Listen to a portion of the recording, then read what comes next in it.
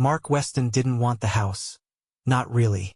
It came wrapped in silence and shadows, in a last-minute legal letter from a relative he could barely remember. Great-Uncle Raymond. A name he'd heard maybe twice in his childhood. Mentioned in clipped tones during family reunions no one enjoyed. The envelope had been thick, the seal cracked and smudged with age. Mark had opened it at the kitchen table of his one-bedroom apartment in Portland, thinking it was junk or another student loan reminder. Inside was a letter from a lawyer and a set of keys, iron, old-fashioned, heavy in the hand. The letter was brief. Congratulations, you are the sole inheritor of the Raymond M. Weston estate located at 371 Hazelwood Lane, Ashcroft, Pennsylvania. The property is fully paid for. Taxes current. Possession immediate. Contact us for transfer of deed. The paper smelled faintly of mildew. Mark stared at it for a long time, the keys clinking softly in his palm. He was 38, divorced, and tired. His marriage had fallen apart 2 years ago. No kids, no close family left. Teaching history at a high school no one respected. It was the kind of life that felt paused. So maybe this was something else. A chance. He took unpaid leave, packed light, and drove cross-country alone, listening to static and rain. The town of Ashcroft was small, barely more than a gas station, 2 diners, and a grocery store that closed at 6 p.m. Hazelwood Lane was a road that seemed to fall off the map, overgrown with twisting trees that leaned a little too close together, like they were whispering to each other. The house stood at the very end, 3 stories of gray Victorian sorrow. It had a turret that rose like a watchtower, and windows so dark they looked painted black. The lawn was dead, the porch sagged, and yet the front door opened smoothly, like the house had been waiting. Inside, the air was colder. Not winter cold, wrong cold. Like it was underground. Dust coated every surface, but nothing was broken. Furniture stood where it always had, as though the house remembered itself. The floorboards moaned under Mark's boots. He found the electricity still worked, surprisingly. So did the heat. There were no family photos. Only portraits, oil paintings of people with blurred-out eyes. Raymond's study was on the 2nd floor, lined with old books. Mark didn't touch anything. That first night, he slept uneasily on a couch in the sitting room, wrapped in his coat, with the keys beside him like a talisman. At 3:09 a.m. he woke up. No noise, just something. Pressure, like being watched. But the room was empty. He told himself it was the house settling. The second night it happened again. Same time, same pressure. This time he walked through the house barefoot, his phone's flashlight cutting long shadows. Nothing. Until the third night. That was when the attic door stood wide open. He hadn't touched it. Hadn't even noticed it before. It was a trapdoor in the hallway ceiling with a string dangling like a spider's leg. Mark hesitated, heart racing, then pulled the cord. The stairs groaned down like a sigh. The attic smelled of cedar and dust and old secrets. He climbed up, one step at a time, teeth clenched, flashlight held high. The attic was surprisingly large. Boxes stacked along the edges. A cracked rocking horse in one corner. A child's shoe in another. And in the far corner, beneath a drape of cobwebs, stood a wardrobe. He didn't open it. Not yet. Instead, he walked past it, toward a patch of floorboard that looked wrong, warped. He knelt and pried at it with his fingers until it lifted, revealing a small space below. Inside was a bundle wrapped in rotted lace. He unwrapped it carefully, revealing an iron key, different from the one that opened the house. This one was thinner, longer, with teeth shaped like little crosses. It was icy to the touch, as though it had been buried in snow.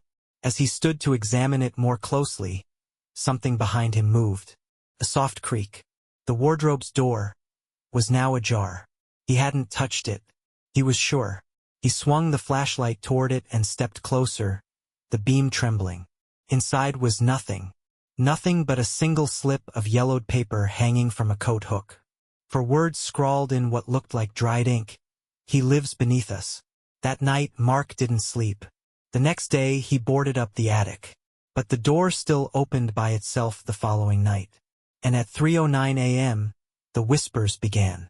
Not loud, not even distinct, but enough to know they were not in his head. Enough to know something had noticed him, something had been waiting, and something had woken up. Mark wasn't sure when sleep stopped being restful. Maybe it was that first night in the house, maybe earlier on the drive, even when the fog had followed him across state lines. But by now, the lack of rest was gnawing at his mind. His thoughts had started to loop, fragment. He kept seeing that attic door in his dreams, even when he wasn't asleep. It was always open, always calling. On the fourth night, the whispers returned. Louder, more insistent. They didn't come from the attic now. They came from behind the walls, from just beyond the reach of the light. At first, he thought it was rats, or pipes, or the wind. But rats didn't chant in Latin. Pipes didn't mimic his name. And the wind didn't laugh when he flinched. Mark pushed furniture against the attic door, stacked boxes, nailed the trap shut. Still, at 3:09 a.m., it creaked open again. Slow and deliberate, like a mouth stretching to yawn. He took the iron key from its hiding place under the stair, hoping it would offer protection, but it only seemed to grow colder with each passing day. That morning, in a desperate search for answers, Mark returned to the study and began combing through the books. Most were theological in nature, tomes about forbidden rituals, ancient faiths, the hidden places beneath the earth. One book was entirely written in a language he couldn't read, but he recognized symbols he'd seen before. On the attic wardrobe's frame, etched so subtly into the wood they looked like scars. At the back of that same book, tucked between brittle pages, was a small map of the house. But this map showed more than rooms. It showed hidden doors, passages, tunnels. One of them ran directly behind the bedroom wall, the same wall where the whispers had started. That night, he removed the bookshelf and chipped away at the plaster with a hammer and chisel, revealing not brick, not insulation, but wood, vertical planks, a false wall. He pried one loose and found a narrow hallway behind it, barely 3 feet wide, cutting into the dark like a throat. He squeezed through with a flashlight clenched in one hand, the iron key in the other. The passage smelled like wet stone and mildew. The air felt thicker with every step. He moved slowly, afraid of what he might see or what might see him. The corridor led to a ladder descending deep into the house's foundation. At the bottom, he found himself in a brick-lined room, round, windowless, with a ceiling too high to see. And lining the walls were mirrors. Not modern ones, not store-bought. These were warped, antique, almost liquid-looking. Most were cracked. Some were smeared with black. But one was different. It reflected not Mark, but the attic, the wardrobe, the door slowly swinging open again. And a thing stepping out. His face was pale, gaunt, its eyes sunk in holes that bled shadow. It wore what looked like a tattered robe or burial shroud. Mark stumbled backward. Every mirror in the chamber went black. Then one by one they began to light up again, but now they reflected different versions of him. Versions where he was older, bloodied, screaming. One where he was burning. One where he wasn't alone. The whispers grew to voices, then to screams, echoing from every angle. Mark ran, up the ladder, back through the passage, into the bedroom. But the moment he crossed the threshold, the door slammed shut behind him. And in the mirror above the dresser he saw himself. Except the version in the reflection didn't move with him. He stood still, smiling. That night, Mark heard something new.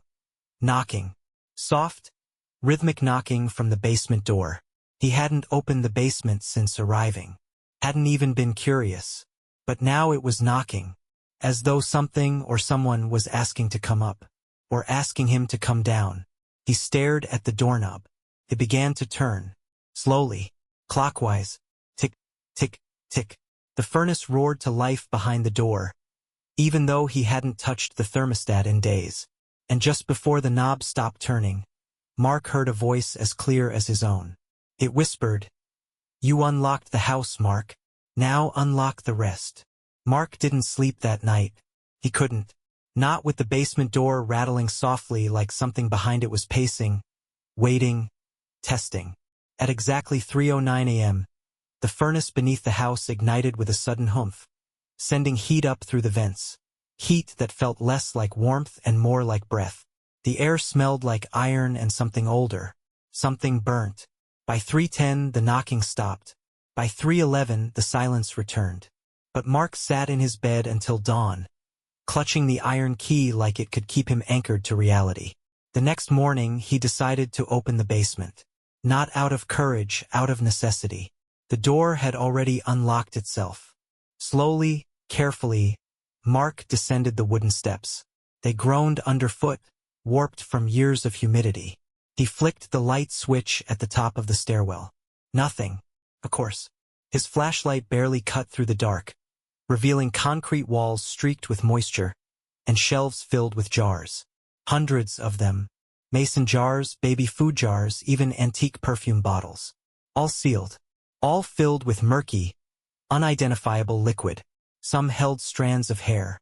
Others, fragments of bone. And at the very end of the basement stood the furnace. Blackened and old like it belonged in a factory or crematorium. It was far too big for the house, with heavy iron doors sealed by a rusted latch. Scratched into the metal were more symbols, just like the ones in the attic. Just like the ones in the book. The latch was cold. The door swung open with a scream of rusted hinges. Inside, nothing. Empty. Cold ashes. But above the furnace, carved into the stone, was a message that hadn't been there before. "You see us now." He slammed the door shut.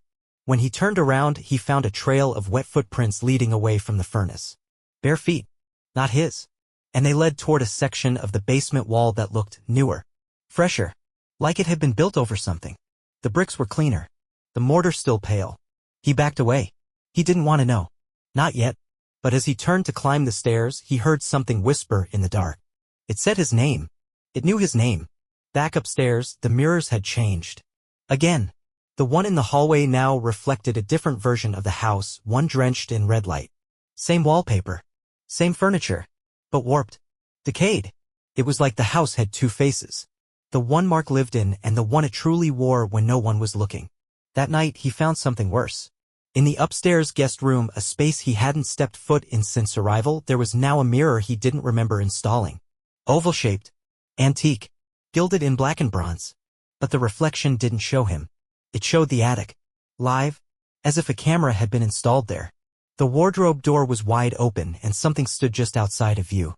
Then it moved. The thing stepped into the frame. Not walking. Slithering. Its limbs wrong. Its movements too fluid, like a puppet with tangled strings. And its face, God. Its face. Hollow eyes. Skin so pale it looked powdered. Its mouth opened. It didn't speak. It only stared. Then the mirror fogged over. Handprints formed from the inside. 5 fingers.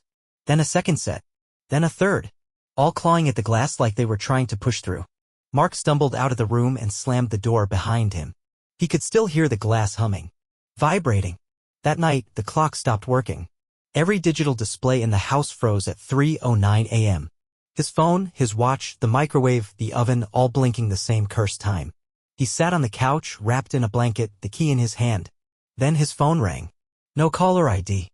Just static when he answered. But under the static, breathing. Then a whisper. "Let us in." He dropped the phone. It buzzed once more. A text appeared on screen. "Look in the walls." He stared at the message, then at the wall behind the television. Slowly he approached. Pressed his ear to the wallpaper. And from behind the wall, something tapped. Once. Twice. Then again. Like a heartbeat. Like it knew he was listening. He backed away, heart pounding, until he saw something shift in the TV reflection. Behind him, standing just at the threshold of the hallway, was the figure. Watching. Waiting. And smiling. The next morning brought no sun. Just fog pressed against every window like an audience of ghosts waiting for a curtain to rise. The air inside the house was heavier than before, thick, like wet wool around his chest. Mark couldn't tell if the house was getting colder or if his body had simply adjusted to always feeling hunted. He hadn't spoken to another human in 6 days. His phone no longer had service. The bars flickered like they were teasing him, like the house was letting him know nothing gets out. And nothing gets in. He no longer bothered to try. He'd stopped showering. Stopped shaving. He moved through the house like a prisoner who no longer believed in freedom. But that morning he found something new, another floor plan. This one drawn by hand. It had been folded into one of the books in the study behind the chapter called Layers of Reality. The plan showed the house, yes, but also something else. A room that wasn't on the original blueprints. A square tucked between the guest room and the eastern hallway. A space with no door. Mark followed the layout and found the wall, seamless, blank, papered like every other. But something about it felt hollow. He knocked. It echoed. He retrieved the crowbar from the basement, hands trembling, and began tearing the wall apart. It took him hours. But eventually he breached through to the hidden chamber. Inside, the air was stale and electric. It tasted like pennies and ozone. The room was small, child-sized, and entirely empty except for toys. Old, dusty, and untouched. A jack-in-the-box. A wooden horse. A porcelain doll with a cracked face. And at the center of the floor, beneath a dirty blanket, was a photo album.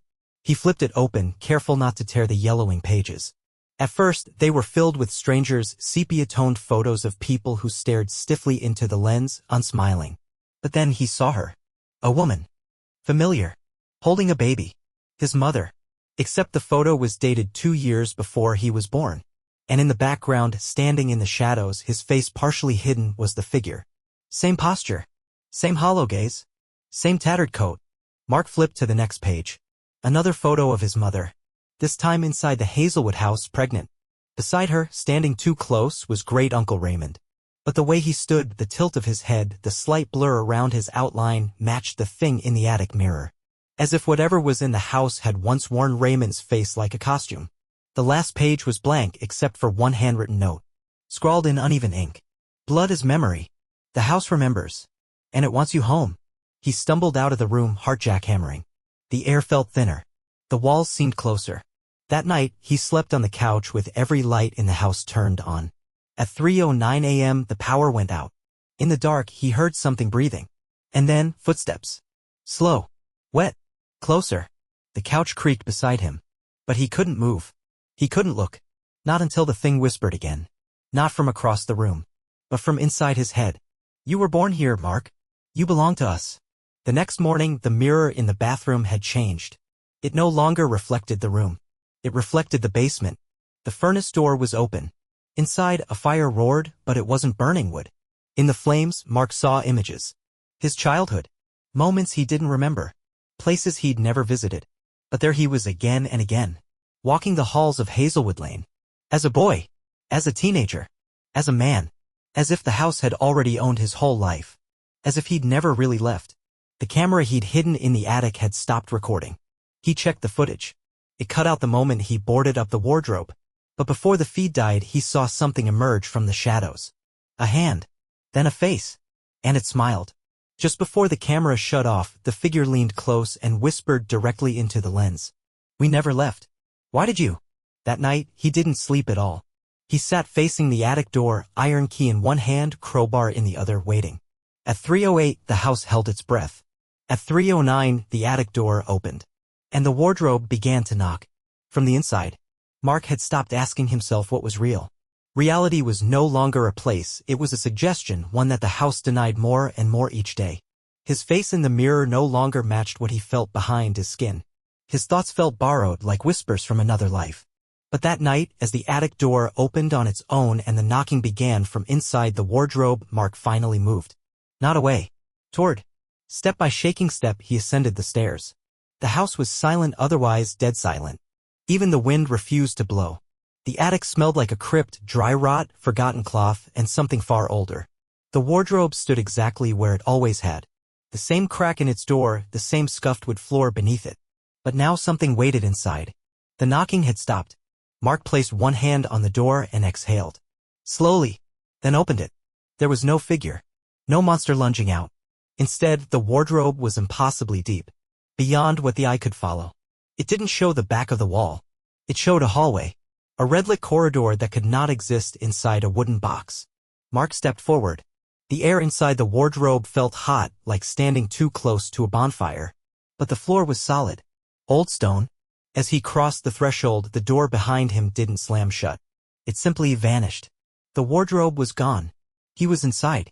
The corridor stretched for what felt like miles, turning sharply, spiraling downward. The deeper he went, the louder the sound became, whispers, chanting, sobbing. Like every forgotten memory the house had ever devoured was echoing from its stomach. He passed doors. Wooden. Steel. Rusted. Behind each one, he heard something scraping, weeping, breathing. One door whispered his name with a voice that sounded like his mother. Another sounded like his own. After what felt like hours, the corridor opened into a chamber. Vast. Catacomb-like. Lined with statues. All of them identical. All of them him. Different ages. Different wounds. One missing eyes. One bleeding from the mouth. One laughing with a mouth far too wide. And in the center of the room was a throne. Cracked and ancient, covered in candles and ash. And seated on it was the figure. At last. It had no eyes. No lips. Just deep hollows where its face should have been. Its hands were too long. Its spine curved unnaturally, hunched like it carried the weight of every memory in the house. And when it spoke, its voice wasn't sound. It was inside him. In his spine. In his teeth. You were born from this place, it said. Made from memory. Fed to the house before you had a name. Mark tried to speak, but his tongue felt wrong, foreign. I don't belong here, he managed to whisper. You've always belonged, it replied. The house chose you. You were the first to hear the voices. The only one who came back. What do you want? He asked. And the figure stood. Its height stretched to the ceiling, neck cracking as it rose. You! The floor beneath Mark collapsed. He fell not through space but time. Visions struck him like lightning. A child running through Hazelwood's halls. A woman screaming in the attic. Great Uncle Raymond. Whispering into a fireplace filled with black fire. And then himself. Standing over the bed as a man slept. Watching. Smiling. The figure's voice returned. Now woven with hundreds of other voices. You left once. But we kept your shadow. Your echo. And now. You are whole again. He hit the floor of the attic with a crash. Gasping. Back in his own body. Covered in dust. Blood on his palms. The wardrobe closed softly behind him. As if it had never opened. But now. Something was wrong. The air was different. The paintings on the walls now featured him, his face distorted. Laughing. And the hallway mirror showed him walking when he stood still. That night, the phone rang again. Only this time, there was no static. Just breathing. And then a voice, his own. She's coming back, Mark. You need to finish what we started. Who? He asked. Silence. Then, a knock at the front door. 3 slow, heavy knocks. He checked the clock. 3:09 a.m. The door knocked again.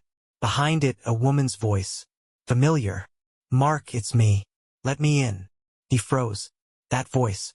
Couldn't be. Not after all these years. Mark, honey. I know you're in there. It's Mom. His hand hovered over the doorknob. Behind him, the attic door opened again. Upstairs. The wardrobe was breathing. Mark didn't open the door. He couldn't. His hand hovered just above the handle. Fingers trembling. The air around it oddly cold. Like the house itself disapproved. Outside, the voice kept calling. Soft. Reassuring. Mark, honey. Open the door. It's me. It's Mom. Sounded right. The rhythm, the warmth, the way she used to say his name when he was sick as a boy. But that voice belonged to someone buried 15 years ago. That voice should not exist here. Not now. And yet, part of him wanted to believe. Maybe if he just opened the door, the nightmare would end. Maybe this was the final test. Maybe then he heard the attic open. No creak this time. No dramatic groan. Just the sound of wood moving, deliberate and slow. Like someone or something knew he was listening. Mark stepped back from the door, turned, and climbed the stairs.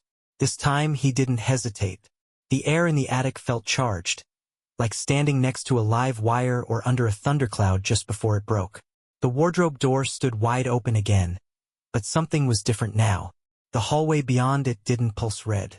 It glowed golden, soft, like lamplight through old curtains. For the first time, it didn't feel like a trap. It felt familiar. He stepped inside. The corridor was silent, warm. He walked slowly, his breath fogging despite the heat. At the end of the hallway was a single wooden door. White, clean, porcelain doorknob. And carved into the wood his name. Not printed, not etched, carved. Carefully, lovingly. Mark. He turned the knob, and there she was, sitting on the edge of a bed he hadn't seen since childhood. Same faded quilt, same ticking clock on the nightstand. His mother looked exactly the way he remembered her the day before she died. Soft eyes, pale sweater, hands folded in her lap. "Come here, sweetheart," she said gently. "You're shaking." He didn't move, couldn't. "You're not real," he said. "You're gone." She smiled, and tears welled in her eyes. "I know, baby, I know. But I didn't go the way you think." The warmth in the room turned brittle. "I didn't die in my sleep," she said, voice trembling now. "That's what your uncle told you.